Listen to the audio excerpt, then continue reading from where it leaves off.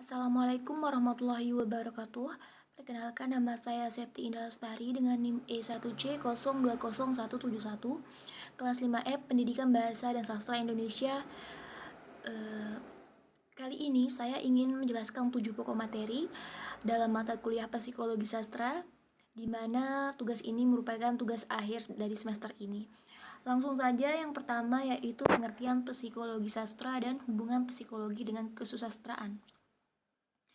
Secara sederhana, kasta sastra mengacu kepada dua pengertian, yaitu sebagai karya sastra dan ilmu sastra, yang merupakan salah satu cabang ilmu pengetahuan.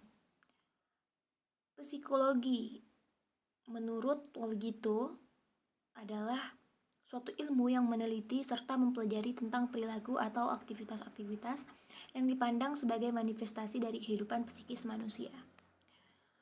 Kemudian makna dari psikologi sastra sendiri yaitu cabang ilmu sastra yang melihat karya sastra sebagai aktivitas dan pantulan kejiwaan. Karya sastra sendiri memiliki arti karya cipta yang berisi permasalahan yang ada di lingkungan sekitar atau permasalahan yang dialami sendiri oleh pengarangnya. Kemudian keterkaitan antara psikologi dengan kesusastraan. Baik sastra maupun psikologi memiliki persamaan dalam kajian objeknya, yaitu kehidupan manusia. Sedangkan psikologi dan sastra memiliki hubungan fungsional karena sama-sama mempelajari keadaan kejiwaan seseorang. Hanya bedanya dalam psikologi gejalanya itu real, sedangkan dalam sastra bersifat imajinatif. Kemudian yang kedua, mengapa karya sastra bisa dianalisis menggunakan ilmu psikologi? Terkait dengan psikologi sendiri, sastra menjadi suatu bahan telaah yang menarik karena sastra melibatkan perwatakan para tokoh rekan, pengarang karya sastra, kemudian penikmat karya sastra itu sendiri. Nah, melalui psikologi kita dapat melihat kejiwaan dari baik dari pencipta karyanya atau rekannya atau penikmat karya itu sendiri. Itulah mengapa sastra bisa dianalisis menggunakan ilmu psikologi karena terpaut dengan kejiwaan baik dari pencipta karya sastra, pembaca ataupun rekan-rekannya. Kemudian yang ketiga, psikologi pengarang dan bentuk penerapannya dalam penelitian psikologi sastra. Baiklah. Psikologi pengarang merupakan salah satu wilayah psikologi kesenian yang membahas aspek kejiwaan pengarang sebagai suatu tipe maupun sebagai seorang pribadi. Dalam kajian ini memang difokuskan adalah aspek kejiwaan pengarang yang memiliki hubungan dengan proses lahirnya karya sastra.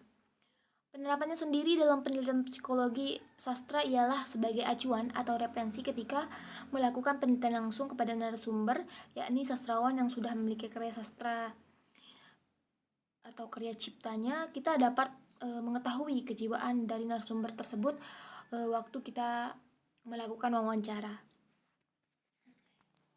Jadi itulah penerapannya dalam penelitian psikologi sastra untuk psikologi pengarang ini.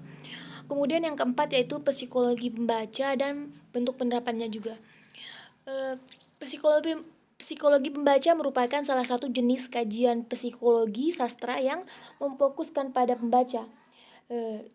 Ketika seorang membaca dan menginterpretasikan karya sastra, mengalami berbagai situasi kejiwaan.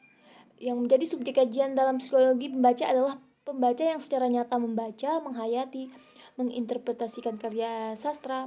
Sebagai manusia yang memiliki aspek kejiwaan, maka kita membaca, menghayati, dan menginterpretasikan karya sastra yang dibacanya. Pembaca akan mengadakan komunikasi atau interaksi dan dialog dengan karya sastra yang dibacanya. Penerapannya dalam penelitian psikologi sastra adalah sebelum melakukan penelitian terlebih dahulu kita membaca sebuah karya sastra seseorang atau narasumber yang akan kita wawancarai. Setelah membaca karya itu, kita dapat mengetahui serta lebih mudah dalam melakukan wawancara terkait dengan karya sastra yang sudah kita baca, yang sudah kita pahami atau yang sudah kita hafal gitu. Kemudian yang kelima yaitu pokok-pokok teori psikoanalisis Sigmund Freud. Psikoanalisis adalah cabang ilmu yang dikembangkan oleh Sigmund Freud dan para pengikutnya sebagai studi fungsi dan perilaku psikologis manusia. Pada mulanya istilah psikoanalisis hanya dipergunakan dalam hubungan dengan Freud saja, sehingga psikoanalisis dan psikoanalisis Freud sama artinya. Oke, langsung saja. Yang pertama dari teori Freud adalah struktur kepribadian. Menurut Freud, kehidupan jiwa memiliki 3 tingkat kesadaran, yaitu sadar, setengah sadar atau prasadar, dan tidak sadar. Freud berpendapat bahwa kepribadian merupakan suatu sistem yang terdiri dari 3 unsur, yaitu ide, ego, dan superego, yang masing-masing memiliki asal, aspek, fungsi, prinsip operasi, dan pelengkapannya sendiri. Kemudian yang kedua adalah dinamika kepribadian. Menurut Freud, bagaimana energi psikis didistribusikan dan dipergunakan oleh ide, ego, dan superego.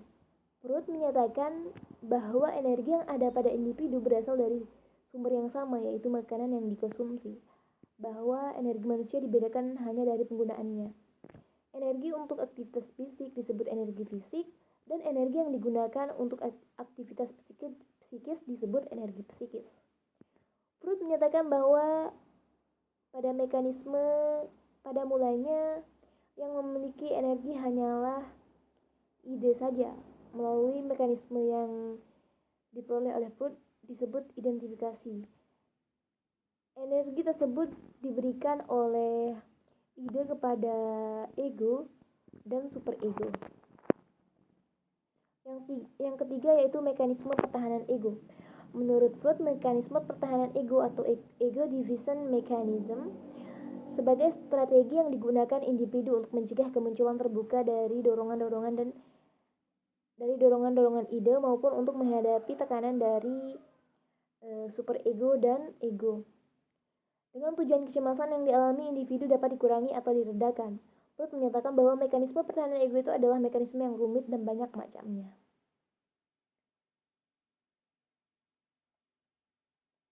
Kemudian ada 7 macam mekanisme pertahanan ego yang menurut Freud umum dijumpai. Yang pertama yaitu represi, yaitu mekanisme yang dilakukan ego untuk meredakan kecemasan dengan cara menekankan dorongan-dorongan yang menjadi penyebab kecemasan tersebut ke dalam ketidaksadaran. Yang kedua, sublimasi, yaitu pertahanan ego yang ditujukan untuk mencegah atau meredakan kecemasan dengan cara mengubah dan menyesuaikan dorongan primitif ide yang menjadi penyebab kecemasan ke dalam bentuk tingkah laku yang bisa diterima dan bahkan dihargai oleh masyarakat. Yang ketiga yaitu proyeksi, yaitu sebuah pengalihan dorongan, sikap atau tingkah laku yang menimbulkan kecemasan kepada orang lain. Kemudian yang keempat,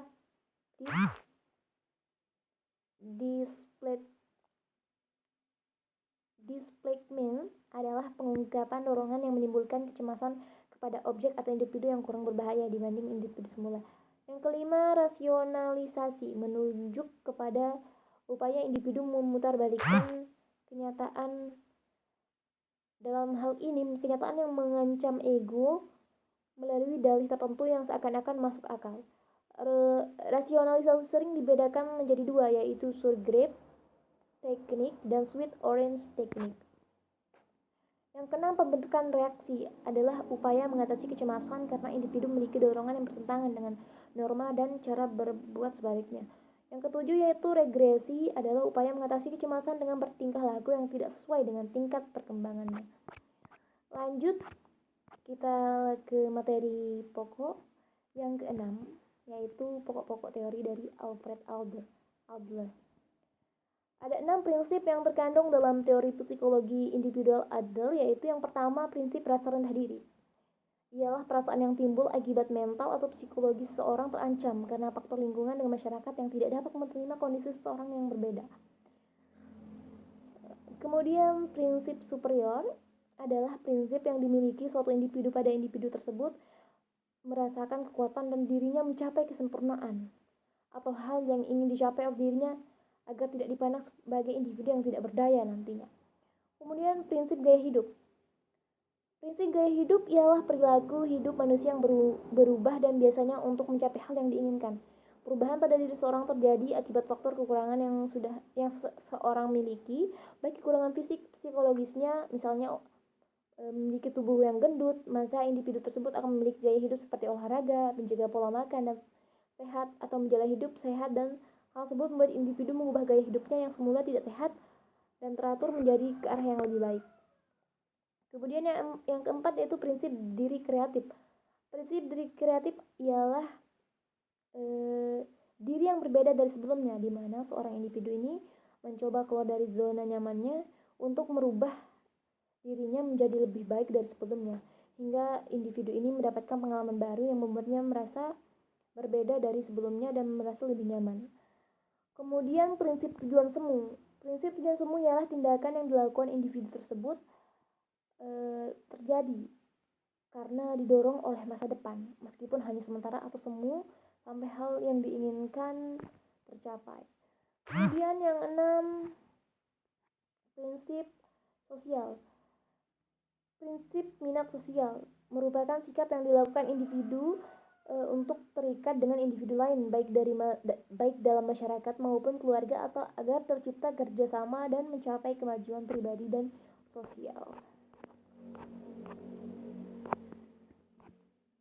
Kemudian yang terakhir, yang ketujuh, pokok materi dari psikologi sastra yaitu hasil analisis novel yang sudah saya lakukan beberapa waktu lalu menggunakan teori Freud. Novel yang saya ambil yaitu Lelaki, Desa, dan Cinta. Saya menganalisis teori Freud. Yang pertama yaitu ide. Ide yang paling pertama lahir dibandingkan ego dan superego. Ide dapat disebut juga sebagai dunia batin paling dasar dari diri manusia, karena struktur kepribadian ini tidak terhubung langsung dengan dunia luar. Kepribadian itu sendiri disebut juga bahwa ide dalam tubuh manusia merupakan ketegangan hasrat yang segera dipenuhi, sehingga struktur kepribadian ini selalu mementingkan prinsip kenikmatan dan kepuasan agar terlepas dari ketegangan hasrat tersebut. Berdasarkan data dalam novel Lelaki, Desa, dan Cinta, penelitian ini mengklasifikasikan struktur ide tokoh aku atau lelaki menjadi 3 aspek, yaitu yang pertama naluri bawaan, keinginan dan kesenangan atau kenikmatan. Yang pertama yaitu naluri bawaan.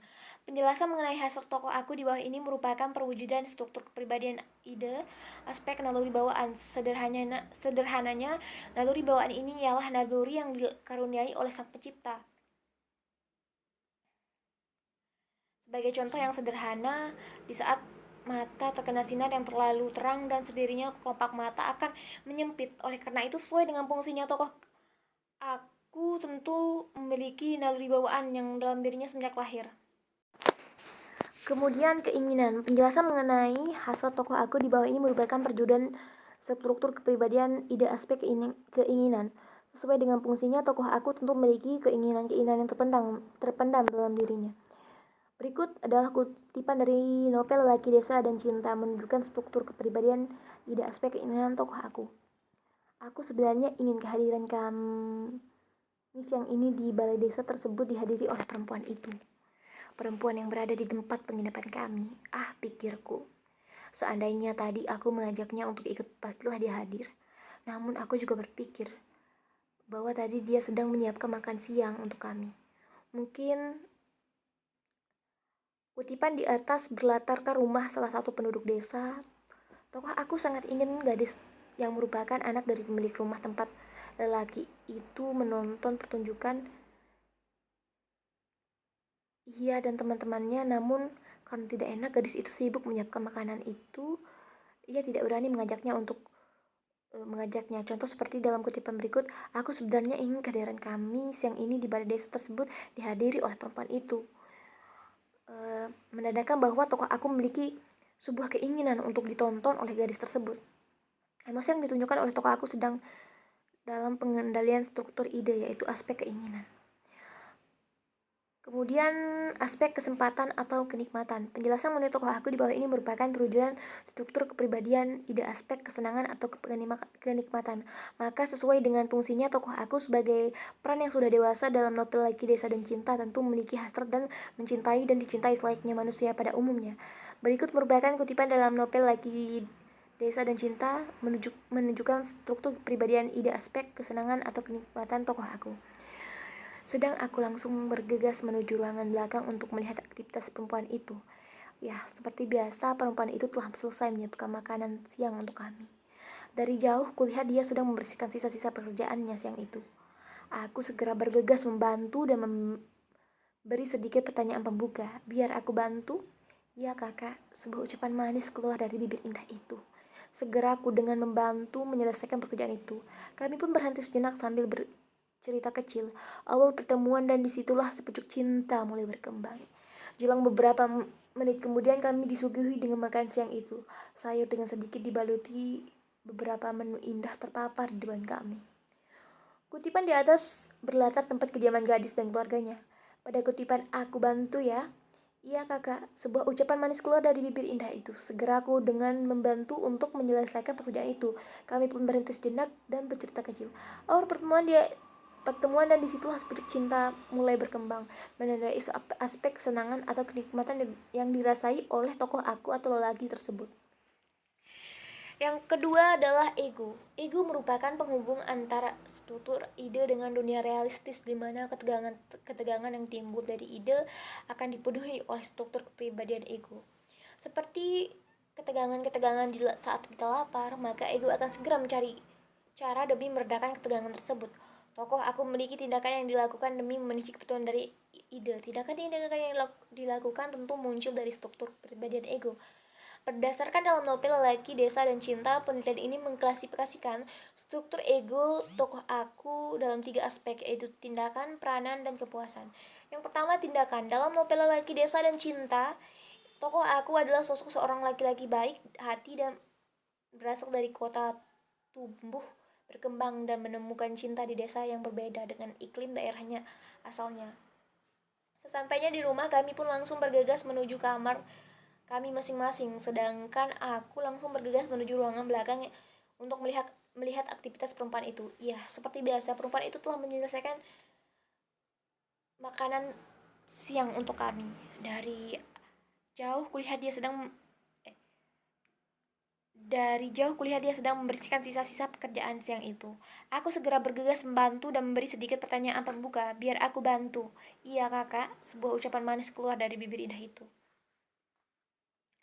Yang kedua, kepuasan. Aspek terakhir dalam struktur ego adalah kepuasan.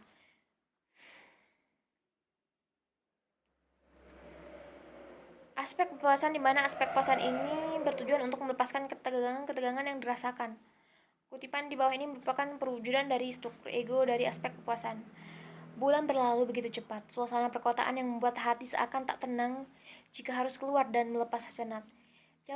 Jalanan dipenuhi dengan orang-orang yang memiliki kesibukannya masing-masing. Tak ada burung yang berkicau hari itu, mungkin mereka takut dengan kebisingan atau karena sengatan terik matahari yang membakar kulit. Aku duduk di depan teras rumahku sambil memandang ke jauh. Di persimpangan jalan duduk anak kecil memegang tumpukan kertas berisi berita semalam. Mereka berlari mendekati mobil-mobil sambil menjodorkan lembaran-lembaran koran dengan harapan ada yang akan membelinya. Memang ada yang dengan iba membeli koran itu. Ada pula dengan hanya memandang ke depan dan tak menghiraukan anak itu. Dalam benakku masih dimainkan dengan suasana kampung dan perempuan desa itu. Sosok yang masih merasuki pikiran ini menyelip di antara sarap-sarap otakku dan memakan sebagian pikiranku. Walau kadang dengan kesibukanku aku sedikit melupakan bayangannya. Terdengar dari dalam rumah ada suara yang memanggilku, rupanya ibuku. Sudah tahu isi hatiku. Tersentak lamunanku berakhir dan aku lekas menuju suara yang tak asing lagi di kuping ini. Kamu melamun ya? Tanya ibuku. Tidak ibu, suaraku sedikit berubah seperti ingin meyakinkan ibuku jika tidak ada yang sedang aku pikirkan. Ibu bisa melihat dari wajahmu. Dia melanjutkan, pasti sedang memikirkan desa itu, iya kan? Ah ibu, seperti tahu saja. Aku kan sudah dewasa. Loh, ibu kan tidak berbicara tentang dewasa. Sambil memalingkan senyum padaku penuh arti. Aku pun segera menceritakan apa yang aku alami di desa tersebut. Jelang beberapa menit dari diskusi singkat itu, terdengarlah ketukan pintu. Aku pun bergegas menuju pintu dan membuka dan melihat siapa yang datang. Rupanya ayahku sudah kembali dari kantor. Aku pun bergegas menuju kamarku dan melanjutkan lamunanku. Keseruan sore ini bersama dengan ibuku membuat aku semakin mengingat kampung kecil itu dan perempuan desa itu. Binatang-binatang malam mulai terdengar, lampu-lampu taman menghiasi rumah mungilku. Tak terbang dan tak bisa aku raih. Inilah kisahku, lelaki desa dan cinta. Menunjukkan struktur ego aspek kepuasan tokoh aku. Ia mulai bangkit dari patah hatinya dan merasakan kerelaan dan keikhlasan yang akan keputusannya untuk menerima kenyataan bahwa desa yang ia pernah singgahi sudah berlalu. Yang terakhir yaitu superego, merupakan struktur kepribadian yang paling dekat dengan persoalan moral seorang individu. Superego menentukan pilihan perilaku dan tindakan seorang apakah baik dan pantas atau sebaliknya. Oleh karena itu penting untuk memahami makna dan nilai moral itu sendiri. Disebut juga bahwa moral yang pada dasarnya memiliki hubungan dengan masalah kesusilaan, masalah budi yang tentu tidak bisa dipisahkan dengan perilaku manusia sebagai makhluk individu dengan individu yang lain. Itu artinya nilai moral itu menjadi tolak ukur perilaku baik dan buruknya manusia. Oleh karena itu, bagaimana kekuatan struktur pribadian superego menjadi struktur paling dominan dalam individu. Perkembangan yang dipengaruhi oleh realitas tempat individu tumbuh dan berkembang. Berdasarkan data dalam novel Lelaki Desa dan Cinta, penelitian ini mengklasifikasikan struktur superego tokoh aku dari aspek nilai moral. Nilai moral merupakan cara mengukur perilaku yang dimiliki oleh tokoh aku dalam melakukan tindakan. Berdasarkan novel Lelaki Desa dan Cinta, faktanya bahwa tokoh aku adalah laki-laki baik hati yang jatuh cinta dengan gadis desa. Kemudian harus balik ke kota untuk melanjutkan pekerjaannya dan harus berpisah dengan pujaan hatinya. Berikut bentuk peranan struktur superego dalam aspek nilai moral tokoh aku. Cinta dan pengorbanan merupakan salah satu hal yang tak bisa dipisahkan. Mengenalmu dan membagi rasa bersama merupakan bagian yang terindah dalam hidupku.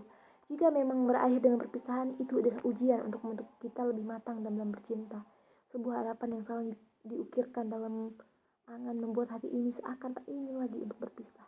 Dalam benak ini, jika ingin berpikir tentang kata pisah, seakan jantung ini tertahan untuk merasakannya. Mungkin indahkah yang dinamakan cinta. Kutipan di atas menunjukkan struktur superego aspek nilai moral, yang dimana tokoh aku masih berpikir positif dan berpasrah padahal cintanya belum sempat ia utarakan. Berikut adalah hasil dari 7 pokok materi yang sudah saya jelaskan. Kurang lebihnya mohon maaf. Sekian dari saya. Wabillahi taufiq wal hidayah. Wassalamualaikum warahmatullahi wabarakatuh.